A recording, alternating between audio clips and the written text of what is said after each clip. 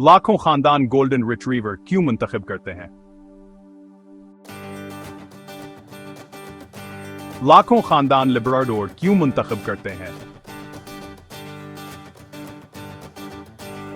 इन दोनों नस्लों को क्या चीज खास बनाती है? आइए उनकी मशहूर दुश्मनी के पीछे पर्दा उठाते हैं।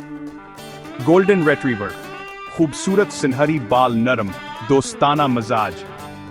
गोल्डन्स कितों की दुनिया के सफारतकार हैं। खुश करने के लिए बेताब और प्यार करने के लिए तैयार रहते हैं। वो ज़हीन हैं, तेजी से सीखते हैं, उन्हें फीज गेम बहुत पसंद है। लेब्राडोर, अमरीका का सबसे मकबूल किता, मजबूत जिस्म बेपनाह, वानाई हलती हुई मतीरा खेद और नासहन में खेलना। यह दोनों नस्लें कैसे एक दूसरे के मुकाबले में हैं। गोल्डन्स सब्रावर नरममजाजी के लिए जाने जाते हैं, नाकाबिल यकीनत रफीकते और वफादार खानदान नीरकन बनते हैं। लेब्राडोर्स बाहर घूमने वाले महमजू हैं, बेहतरीन फाल खानदानी या बैरूनी शौकीन के लिए।